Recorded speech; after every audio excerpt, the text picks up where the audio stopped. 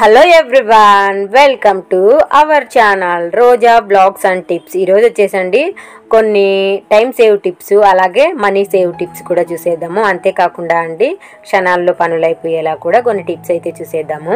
ఈ వీడియో కానీ మీకు నచ్చినట్టయితే లైక్ చేయండి, షేర్ చేయండి. మా ఛానల్ ఎవరైనా కొత్తగా చూస్తూ ఉంటే ఛానల్ని సబ్స్క్రైబ్ చేసుకోండి. ఈరోజు ఫస్ట్ టిప్ వచ్చేసండి, మనం ఇప్పుడు సంక్రాంతి కాబట్టి ఇంకా పైన పాత్రలన్నీ దించేసి క్లీన్ చేసేస్తూ ఉంటాము. ఇంకా మురికి పట్టిన డబ్బాలన్నీ కూడా క్లీన్ చేస్తూ ఉంటామండి. ఇవన్నీ క్లీన్ చేయడానికి మనం బాగా కష్టపడిపోతూ ఉంటాము. అలా కష్టపడకుండా ఈజీగా మనము ఏ విధంగా క్లీన్ చేసుకోవచ్చో ఇప్పుడైతే చూసేద్దామండి. ఇవి చూసారు కదా ఎంత జిడ్డుగా ఉన్నాయో ఈ డబ్బాలు వచ్చేసి. ఫస్ట్ వచ్చేసండి ఒక ప్లేట్లోకి సబీనా అనేది కొంచెం తీసుకున్నానండి, ఒక 2 స్పూన్లు అట్లా తీసుకున్నాను అనమాట. ఇంకా సబీనా తీసుకున్న తర్వాత ఇందులోకి కొంచెము ఉప్పు కూడా యాడ్ చేశానండి. సాల్ట్ అయితే ఒక 1/2 స్పూన్ కానీ స్పూన్ కానీ యాడ్ చేసుకోవాలండి. కొంచెం అయితే ఇందులో నిమ్మరసం అయితే పిండుకోవాలి. నిమ్మరసం లేదు అనుకున్న వాళ్ళు వెనిగర్ కూడా వేసుకోవచ్చండి.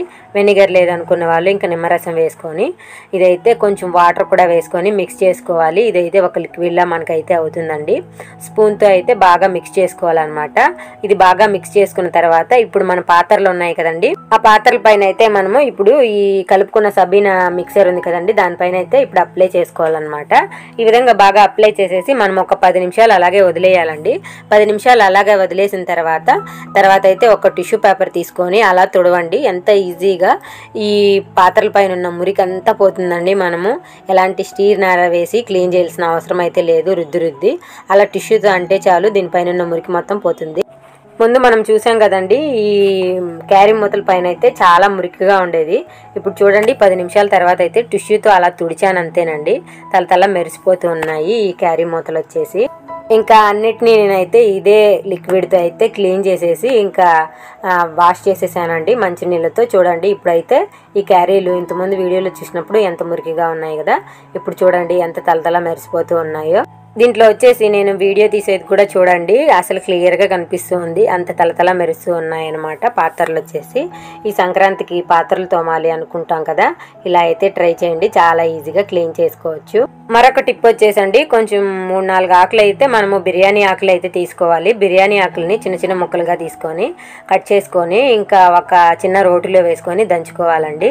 ఇవైతే కొంచెం చిన్న ముక్కలు కావాలి. ఇది చిన్న ముక్కలు కావాలి అనుకుంటే మనం మిక్సీ జార్లో కూడా వేసుకోవచ్చు. ఇంకా మిక్సీ జార్లో అవసరం లేదనుకుంటే ఇలా రోట్లో వేసుకొని చిన్న చిన్న ముక్కలుగా కట్ చేసుకోవాలండి, అంటే దంచుకోవాలన్నమాట. దంచుకున్న తర్వాత 2 కర్పూరం బిళ్ళలు అయితే తీసుకొని పౌడర్లా చేసి ఇందులో వేసుకోవాలండి. 2 స్పూన్లు వచ్చేసి వెనిగర్ వేసుకోవాలి. వెనిగర్ వేసుకున్న తర్వాత ఇప్పుడు ఒక గ్లాస్ నీళ్ళు అయితే ఇందులో మిక్స్ చేసుకోవాలండి. మిక్స్ చేసి ఇప్పుడు ఒక స్పూన్ తీసుకొని ఇదంతా బాగా మిక్స్ అయ్యేలాగా బాగా షేక్ చేయాలన్నమాట స్పూన్తో. ఈ విధంగా చేసుకున్న తర్వాత అండి ఇప్పుడైతే ఈ నీళ్ళని మనము ఇల్లు మాప్ పెట్టుకోవడానికి అయితే యూజ్ చేయొచ్చండి. ఎలాంటి లిక్విడ్ అవసరం లేకుండా మనమైతే ఇల్లునైతే మాప్ పెట్టుకుంటే మంచి సువాసన వస్తుంది. అంతేకాకుండా ఇంకా ఇల్లు తుడుచుకున్న తర్వాత మనకి గోడ సందులో పక్కన చిన్న చిన్న చీమలు ఇలాంటివి వస్తూ ఉంటాయి కదండి, అవి కూడా రాకుండా ఉంటాయి అన్నమాట. మంచి సువాసన వస్తుందండి. ఇందులో మనం బిర్యానీ ఆకులు ఇంకా కర్పూరము ఇలా వేసాం కదండి, ఇవైతే మంచి వాసన వస్తుంది అనమాట. ఇంకా వెనిగర్ అయితే ఫ్లోరు క్లీన్గా ఉండడానికి క్లీన్ చేస్తుంది అనమాట. క్లీన్ చేసిన తర్వాత చూడండి ఎంత నీట్గా తల మెరిసిపోతుందో ఫ్లోర్ వచ్చేసి. ఇదే వాటర్ నండి మనము రాత్రిపూట కొంచెము గ్యాస్ పైన వేసుకొని ఒక క్లాత్తో తుడుచుకున్నాం అనుకోండి, గ్యాస్ దగ్గరికి బల్లులు కాక్రోచెస్ ఇట్లాంటివన్నీ రాకుండా ఉంటాయండి. మనము రాత్రిపూట అలా చల్లుకున్నా సరే అండి, క్లాత్తో తుడవకపోయినా పర్వాలేదు, అలా చల్లుకొని కానీ అలాగే పెట్టేసాం అనుకోండి, ఆ మంచి స్మెల్ ఉంటుంది కదా, ఆ కర్పూరం స్మెల్కి వాటికంతా మనకి ఇంకా కాక్రోచెస్ బల్లులు అనేటివి గ్యాస్ దగ్గర తిరగకుండా ఉంటాయి.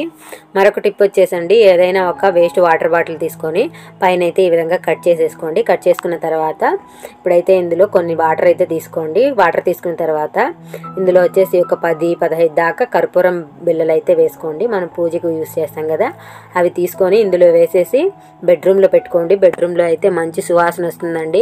అంతేకాకుండా ఈ స్మెల్కి మనకి నైట్ పూట మంచిగా నిద్ర అనేది కూడా పడుతుందన్నమాట. ఇంకా ఇంట్లో ఈ విధంగా కర్పూరం స్మెల్ రావడం వల్ల ఇంట్లో మంచి పాజిటివ్ ఎనర్జీ అనేది ఉంటుందండి, పాజిటివ్ వైబ్స్ ఉంటాయన్నమాట ఇంట్లో. మరొక టిప్ వచ్చేసండి, చూడండి దోసల పెనము ఎలా అయిపోయిందండి. మనము తరచూ ఈ దోసల పెనాలు యూజ్ చేస్తూ ఉంటాం కదండి.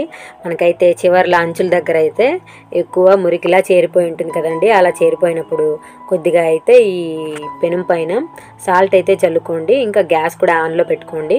గ్యాస్ ఆన్లో పెట్టుకున్న తర్వాత ఇప్పుడు ఒక చాకు అయితే తీసుకొని ఈ విధంగా గొక్కుతూ ఉండండి. అందులో ఉన్న మురికంతా వచ్చేస్తుందండి.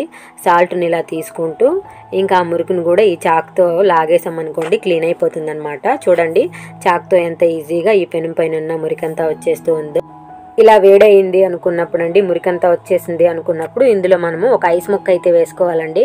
ఐస్ ముక్క వేసుకోగానే ఉన్న మురికంతా మనకి ఇంకా ఎక్కువగా వచ్చేస్తుంది. దీన్ని పెట్టుకొని మనమైతే ఈ విధంగా రుద్దుకుంటూ ఇంకా క్లీన్ చేసుకోవాలండి. ఇప్పుడైతే మనము ఐస్ ముక్క వేయగానే గ్యాస్ అనేది ఆఫ్ చేసేసి ఇలా ఈ చాకుతో పట్టుకొని క్లీన్ చేసామనుకోండి ఇంకా క్లీన్గా అయిపోతుంది అనమాట. ఇంకా మురికంతా వచ్చేసింది అనుకున్న తర్వాత మనము ఏదైనా లిక్విడ్ వేసుకొని దీన్ని అయితే క్లీన్ చేసేసుకోవాలండి. చూడండి క్లీన్ చేసిన తర్వాత మన దోసల పెనం అయితే ఈ విధంగా ఉందండి. చూడండి నేనైతే కొంచెం విమ్ లిక్విడ్ వేసేసి క్లీన్ చేసేసానండి. ఇప్పుడైతే తేమనంతా తుడిచేసాను. తేమ తుడిచేసిన తర్వాత ఇప్పుడైతే మనము కుకింగ్ ఆయిల్ కొంచెం వేసుకొని బాగా అప్లై చేసి పెట్టేయాలండి. దాని తర్వాత మనం అయితే యూజ్ చేయాలన్నమాట. డైరెక్ట్గా యూజ్ చేయకూడదు. ఈ విధంగా చేస్తే మనకి దోసలు అనేటివి మంచిగా వస్తాయి. ఇప్పుడు మరొక టిప్ అండి, మనము హీటర్ యూజ్ చేస్తూ ఉంటాం కదండి. ఆ హీటర్కి అయితే ఈ విధంగా పొక్కులుగా కట్టేసి ఉంటుంది.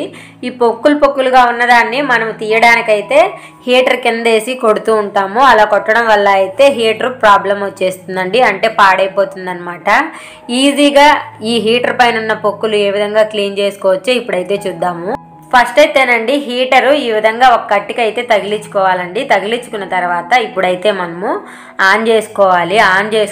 ఆన్ చేసుకున్న వెంటనే ఈ విధంగా పొగలు వస్తూ ఉంటుంది, అంటే వాటర్ లేకుండా మనము ఆన్ చేసుకోవాలండి. ఇంకా ఒక 2 నిమిషాలు పెట్టుకుంటే చాలన్నమాట. 2 నిమిషాల తర్వాత ఈ హీటర్ని తీసేసి ప్లగ్ కూడా తీసేయాలండి. తీసేసిన తర్వాత ఈ విధంగా నీళ్ళల్లో పెడితే చాలన్నమాట, చల్ల నీళ్ళల్లో. ఇంకా దానికి ఉన్న పొక్కులు మొత్తము ఊడిపోతుంది. చూడండి ముందుకి ఇప్పటికి ఎంత తేడా మనకి కనిపిస్తూ ఉందో. చూడండి వాటర్లో పొక్కులన్నీ ఊడిపోయి పడిపోయి ఉన్నాయన్నమాట. ఈ విధంగా చాలా ఈజీగా మనము హీటర్కు ఉన్న పొక్కులన్నీ తీసేసుకోవచ్చండి. ఇప్పుడు చూడండి హీటర్ అయితే ఎంత క్లీన్గా కనిపిస్తూ ఉందో అండి. ఇదంతా ఊడిపోయింది కాబట్టి ఇప్పుడైతే మనకి నీళ్ళల్లో పెట్టగానే వాటర్ అనేది వేడైపోతాయండి. ఆ విధంగా ఎక్కువ పొక్కులు ఉన్నా కూడా మనకి వాటర్ అనేది తొందరగా హీట్ అవ్వవు, కొంచెం లేట్ అవుతుందన్నమాట. ఇంకా మనం యూస్ చేయకుండా పక్కన పెట్టేటప్పుడు ఈ విధంగా ఓల్డ్ సాక్స్ ఒకటి తగిలిచ్చేసి పక్కన పెట్టామనుకోండి ఇంకా హీటర్ పైన దుమ్ము ధూళి పడకుండా